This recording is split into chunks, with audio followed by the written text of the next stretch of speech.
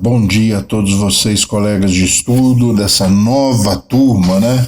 Que na realidade é a mesma turma que continua agora com o estudo da Gênese, essa obra que fecha o Pentateuco, que fecha as 5 obras fundamentais da doutrina espírita.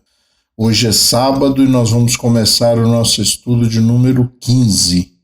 Nós estamos no capítulo 1 de A Gênese, intitulado Caracteres da Revelação Espírita, um capítulo muito especial para o entendimento da própria Gênese e serve também como ratificação, como confirmação, como certificação de tudo que nós vimos estudando até aqui, tá bom?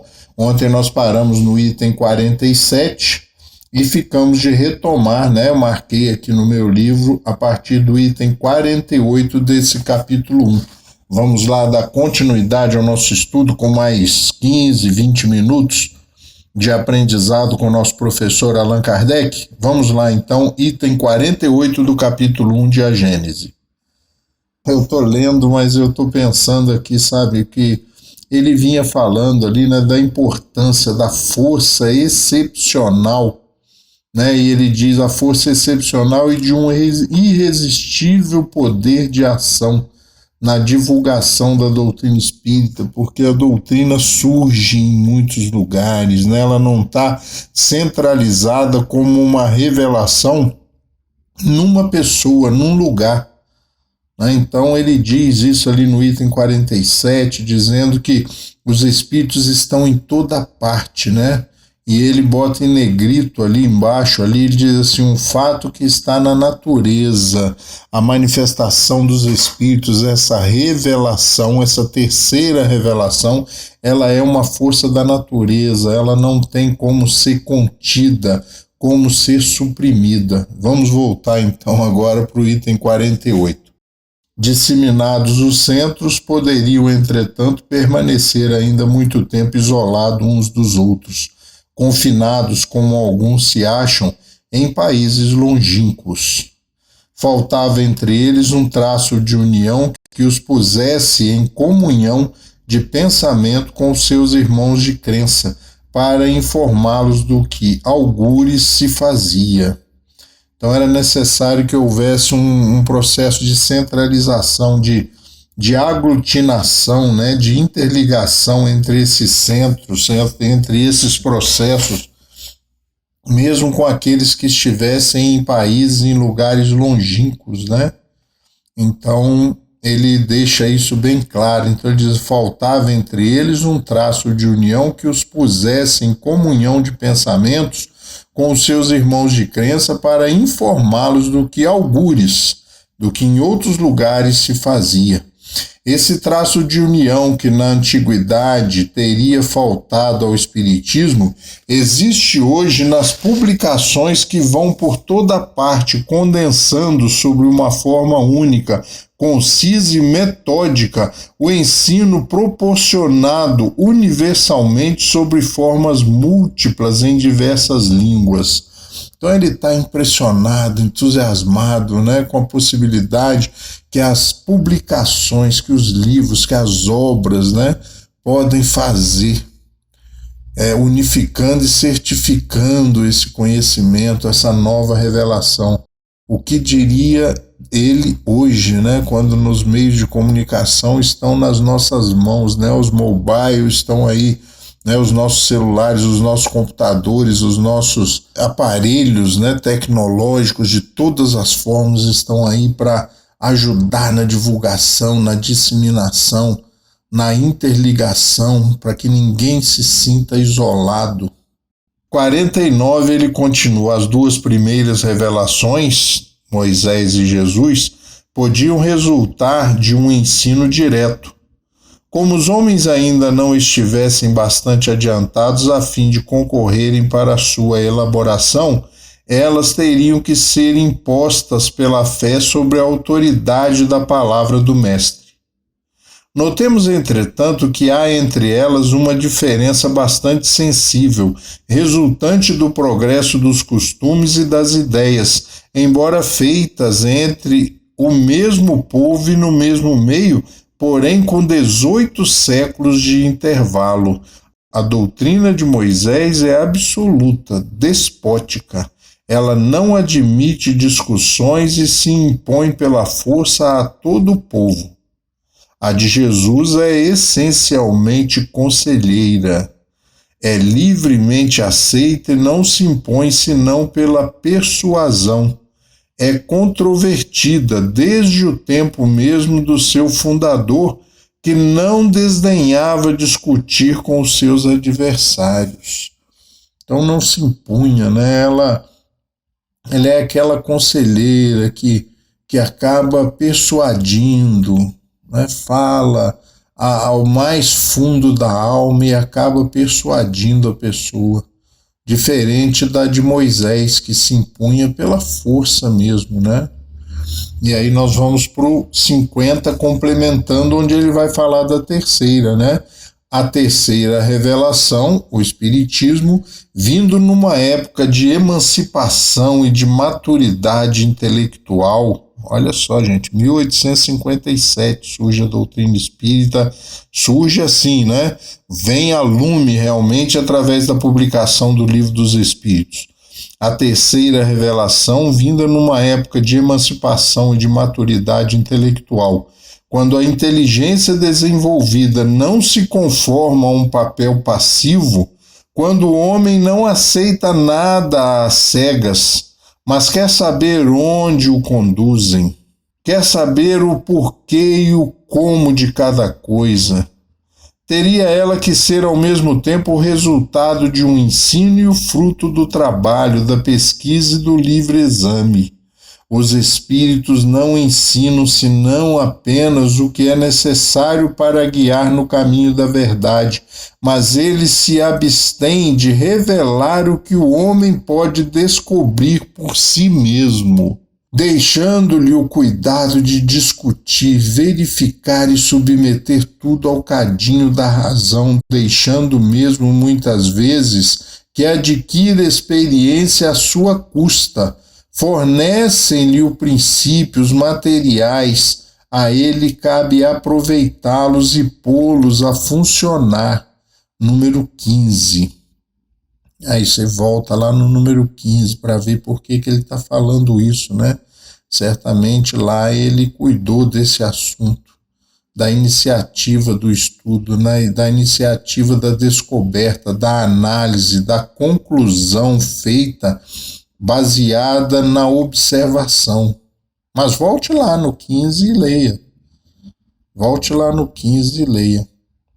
Aqui nesse 50, a gente vê que nós estamos na Gênese, ou seja, o fechamento da doutrina espírita. O telhado, como eu disse lá no começo, cobrindo todo esse prédio, enfeitando, fechando a obra, né? Concluindo a obra. E a gente vê como a disposição de Kardec ainda continua disposta e aberta a que nós espíritas dessemos continuidade, para que nós espíritas encaremos essa doutrina como algo vivo, possível e necessário de ser analisado, de ser observado, de aprimorar e não nos fecharmos, não nos trancarmos, né, no que ele deixou. A intenção dele era fundar essas bases, era colocar essas pedras angulares, uma em cada canto desse prédio que nós deveríamos construir, mas isso não aconteceu.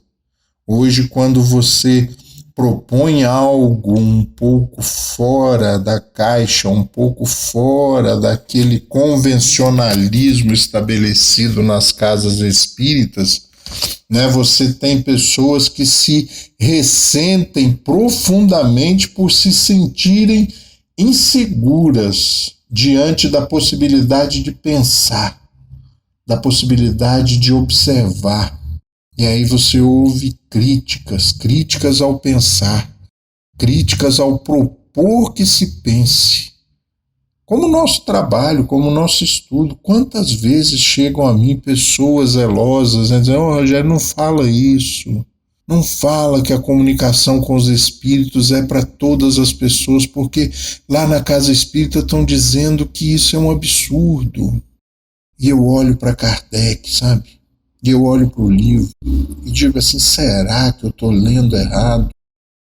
Os espíritos não ensinam senão apenas o que é necessário para guiar no caminho da verdade, mas eles se abstêm de revelar o que o homem pode descobrir por si mesmo, deixando-lhe o cuidado de discutir, verificar e submeter tudo ao cadinho da razão, deixando mesmo muitas vezes que adquira experiência à sua custa. Fornecem-lhe o princípio, os materiais, a ele, o homem, cabe aproveitá-los e pô-los a funcionar. Eu não sei se eu estou com alguma dificuldade de compreender o que nós estudamos, meus amigos, mas são muitas as pessoas que se ressentem quando a gente sai do igrejismo, do formalismo e abraça Kardec, ou permite que Kardec nos abrace, que Kardec ilumine os nossos pensamentos de espíritas. E as pessoas saem do grupo, se aborrecem, deixam o estudo, porque rompemos aqui, ali e acolá com a estrutura proposta pela casa espírita vazia. A casa espírita vazia. As pessoas não estão ficando, as pessoas estão indo embora, porque nós limitamos até onde elas podem ir, o que elas podem aprender. Nós cerceamos o direito de conhecer o Espiritismo e as pessoas vão embora, os jovens não retornam. E aí a gente precisa buscar outras coisas.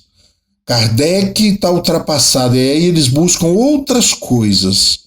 E eles começam a estudar as obras de outros espíritos, obras mediúnicas, fora das obras fundamentais.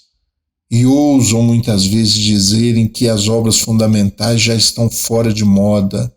Pois é, aqui não, aqui nós pensamos, né? Aqui a gente gosta de pensar. Aliás, a gente nem faz muita questão de pensar.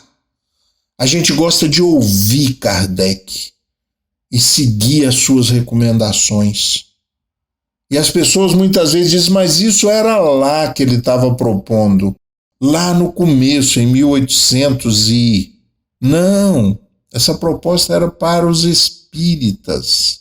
E se essas obras fundamentais são vigentes até hoje, as recomendações são vigentes. Os espíritos não ensinam senão apenas o que é necessário para guiar no caminho da verdade, mas eles se abstêm de revelar o que o homem pode descobrir por si mesmo, deixando-lhe o cuidado de discutir, verificar e submeter tudo ao cadinho da razão, deixando mesmo muitas vezes que adquira experiência à sua custa. Fornecem-lhe o princípio, os materiais, a ele, o homem. A nós, pessoas comuns, cabe aproveitá-los e pô-los a funcionar. Pois é, pessoal, a intenção é essa, sabe, de nós fugirmos do igrejismo e retornarmos a Kardec de braços abertos, permitindo que o mestre lionês nos abrace fortemente, acendam as luzes nas nossas cabeças para que nós possamos ver claramente a função precípua, primordial, primária da doutrina dos espíritos, dessa terceira revelação. E aí a gente segue em frente, tá bom? Não se preocupem, porque amanhã a gente retoma os nossos estudos a partir do item 51. Aprender a aprender. Nós estamos aprendendo como se aprende. Tá bom? Um bom dia para vocês, fiquem com Deus, uma ótima sexta-feira, e se quiserem um final de semana maravilhoso, vocês já estão, nós aliás já estamos um pouquinho atrasados, tá bom? Vamos fazer esse final de semana maravilhoso, mas sabendo que isso custa organização, empenho, dedicação, querer, comprometimento, disposição. Finais de semanas maravilhosos não caem do céu. eles são feitos. Até amanhã, pessoal.